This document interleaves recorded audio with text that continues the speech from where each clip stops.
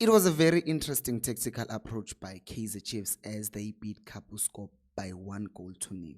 This could have been much better for Kaizer Chiefs given the fact that Kabuscorp kept on making the same mistake. Or should I correct myself? Kaizer Chiefs kept on forcing Kabuscorp to making the same mistake over and over again. What is that mistake? Well, we'll look at it. Hello and welcome to the Cutback with me, Umpilo. In this channel, we analyze South African football content.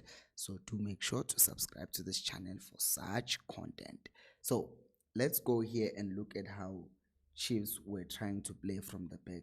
So here you can clearly see that Kaizer Chiefs had Bradley Cross among the three defenders who were helping them to play from the back. And then there was Inacio Miguel, and last but not least, it would be Bradley Cross. Now, it's also important to note that we are talking about when they had the ball, not when they did not have the ball. And right in front of them, you'd have Usibongiseni Mthethwa and Nkosimphihle Ngcobo just being the two pivots ahead of them. And also something that you must note already is how closely marked those two are. Which then brings us to later on in the shape, because you have Mthethwa still man marked. You have Ngcobo, who has found a way to free himself of someone. And last but not least, we have Utilon Solomons joining the front line of Ubani, Ashley Dupreez here. And you have Claude Lilepo here.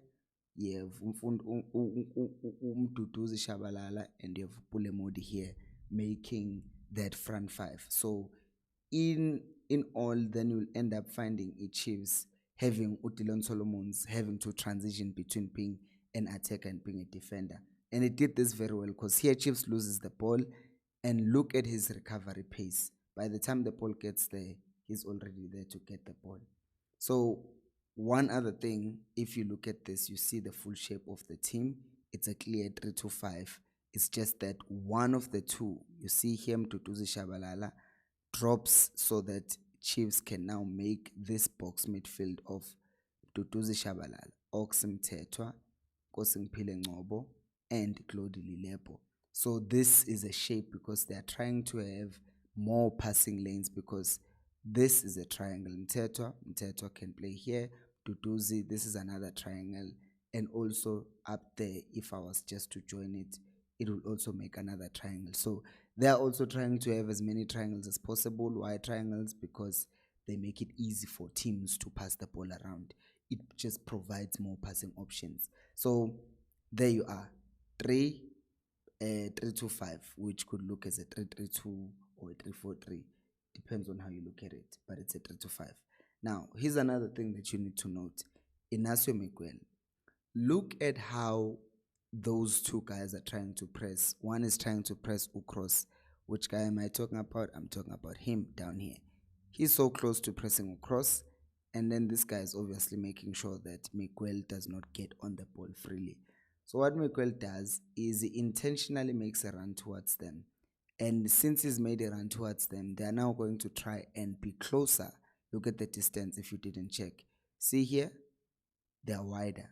But if you check here, they are now closer to Miguel. And this allows Chiefs to now be able to play the ball wide and allow the wide center backs to get on the ball, which is a small thing if you look at it, but it yields big results, because now that means it keeps the pressure away from the early build-up. And also they are still a back three in essence, because now you have the Kwinika, you have the keeper, and then you have a cross. And in doing this, they have basically become a back three of their own. And if they did want to play the ball around, once again, there's something that you need to see.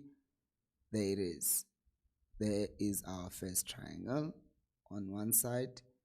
And then if we're done with that triangle on one side, then we have another triangle on this side, because, as I said, triangles are everywhere, just from build-up. Which then brings us to how this then affected the game and how it looked like as Chiefs were trying to attack. So Kabuscorp, they have a back five, but this back five got stretched a lot, because if you look up there, you have Dylan Solomons, right? Let me highlight him again.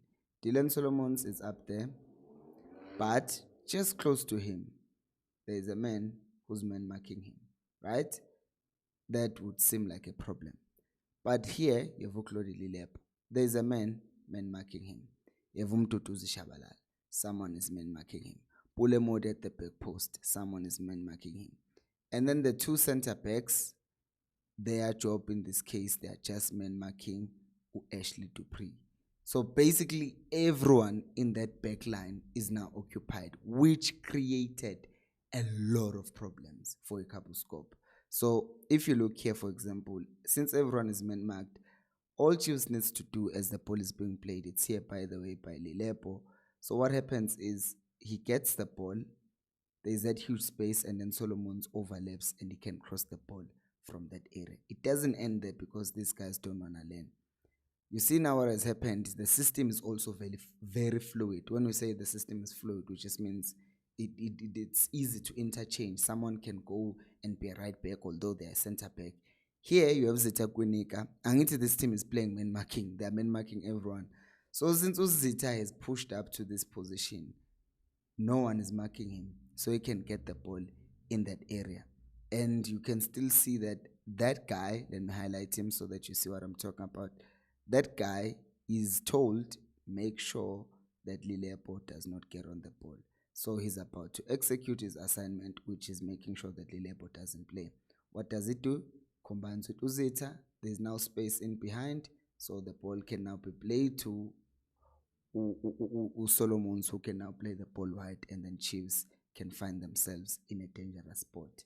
They did not learn, and then Chiefs were like, okay, let's show you again, because clearly you think we're joking. You see, still, the midfielders in Umtetwa, you have Umtetwa here, here's someone accompanying him. You have Ungobo here, here's someone accompanying him. You have Mtutuzi here, there's someone accompanying him. Nango Munye, someone is accompanying him, Umudi. So what does Chiefs do? They end up finding themselves in this situation whereby, look, I want you to look closely. Do you see where Mtutuzi Shabalala is? Do you see where Mtetwa is? This is Mtutuzi, right? And then this is Mtetwa. So they are men marked. Look, see, they are moving away from the midfield. They are moving away, right? And as they are doing that, what does that do? It creates that space now where there is Nkosing Ngcobo who can receive the ball. And this is going to be relevant when we're talking about the goal, because even though, well, since Kaizer Chiefs midfielders were man marked, they use this to their advantage. Okay, we're not going to move towards the ball to get the ball, but we'll move towards the ball to create space, which is exactly what just happened here. And we're going to look at other instances like that. So if you look here, you see Solomons has dropped. He's dragging players out of position. By the way, this is Solomons. He's a right back, but he's rotating and finding himself in this space. One difference between Solomons and Monyane, by the way, is that Monyane usually starts in this area and then he makes those runs forward. But in the case of Solomons, what they've done, they allow him to push up and be higher earlier on in the build-up. And what this does as well, it gives you options in the middle, because now, if you look at the number of Chiefs players in the midfield, there's 1, there's 2, there's 3, there's 4, right?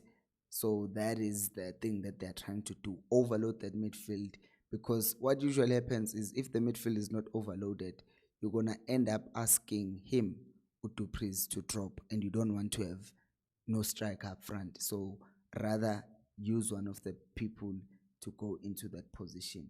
So if we look here again, this is before Chiefs scores a goal, right? So this is just before they score a goal. You will see a familiar pattern, right? The first thing is you have fluidity in the system. So Mtetwa and Kwinika have swapped. Kwinika is now looking like a 6 and Mtetwa is playing as part of a back 3. The second thing that you will see is that everyone in that pitch is man marked. And one, Ungobo is man marked right here, yes. And then you have Kwinika, who's in the place of Mtetwa, man marked right there. You have Lilepo, man marked right there. You have Solomons, man marked by this guy. So now, all Chiefs have to do is manipulate this into their advantage, because where they want to get to is that red area right there. Yes? So Kaizer Chiefs do exactly that. So you see the movement of the people who are men marking. They move them. Now they create that space centrally. Now Solomons can just take out his own player. And look at how disorganized that defense is now. Solomons has just taken out one player because they are men marking him, and all he has to do is take a shot. But who is there to react first? It's Claude Lilebo, because remember, his journey with his person started right there, up there, where he's dragging him out, and that has created space. So, struck blood. They draw first blood. So, if you see, the second thing is that for this, like 3 minutes after the goal was conceded, same thing, Lilebo is wide, and then you have Solomons in that space. The ball is played, but then this time around, it's not played to him. Lilebo tries to go forward, but he's attacking the same space that is opened right there behind him, which then brings us to, once again, the same situation over and over again. Players moving around, and look at the movement of the three players. So as Ungobo moves down, he's creating space, and now there's a clear passing lane from Tum to Tuzi Shabalal. But also they've dragged players out of position so that there's that space between the left center back and the left back, and now Chiefs can attack that space. They were not seeing this all along. It's crazy to me. And second half, you'd expect that something would have changed, but no. Kabuscorp was still aggressive, pushing up with players, leaving that space in behind. Everyone is man-marked except Dupree, who's stuck with two players. And these two center-backs are also thinking about helping the wider players. But what happens, since everyone is now pulled out of position and stretched laterally, now there's space here, and then Dupree's can now run in, and Solomon's Ulilepo is now free, but this movement does not materialize.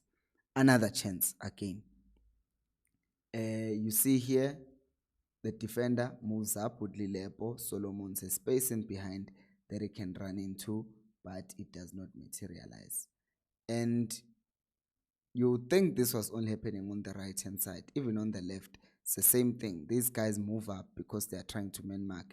All Chiefs have to do is just play 1-2 and combine into that space. And again, what I said earlier about Tutuzi, look at Tutuzi here. You see that Tutuzi is central. He runs wide, and when he runs wide, he's taken Umodi number one. He runs backwards, forcing the defender to follow him. Tutuzi runs wide, so that he can force the defender out of that central area. Now Modi gets the ball and he can attack that central area. It's a repeated pattern that you see over and over and over again. Modi goes to the ball, the defender follows him, and then now you can turn and attack that space. And the coaches were not learning. So it's a very, very, very interesting system, because I do not know. It's a matter of the other chances that they created. Have I shown the silver one? Oh, I don't think I've shown the silver one. Let me show the one got silver. So Nancy got silver, right? So again, on the side, the defender is pulled, he follows Umodi, and in him following Modi, he's left the gap. And then on the far right, let me show you. On the far right, you have a defender now following Chiefs' player. And he follows him, he goes wide with him, but he forgets the space. Now Silva, all he has to do, combines with Tutuzi, he makes someone sit down, takes a shot, and that's a good save by the goalkeeper. It's crazy. How do you not fix this? Right? It's, for me, as a coach as well, I get frustrated because I'm looking at how Chiefs took advantage of this, but I'm also saying, Kabuscorp, how do you not see this for 60 minutes? You're still conceding the same kind of chance. And Chiefs had no reason to change their system because it was working. Like, all it was going to take is just change the system to let's mark zones. But they didn't mark zones. But hey, that's football. Who impressed you the most? Because if I had time, I was going to talk about Nkosingphile Ngcobo and why it ended up being taken off, which is just down to the fact that the game had gotten a lot more physical and he had to be taken off. Like, look here, he has the ball and he gets bullied off the ball painfully, and this is when the coaches actually took him off. So it's one of those things that people say, why is Ngobo not being played? But sometimes it just has to do with how physical he is. So less physical than other players. But yeah, that's it for the game. It would be interesting to see how Chiefs approaches the system against teams that just sit and get disciplined, because their main advantage in this game was the man marking. Man marking can be torn apart and ripped apart. It's easy. That is why I always say, don't say players should mark a man. You're going to have a problem. I'm mumbling now. Subscribe to the channel if you enjoy the channel. Bye-bye.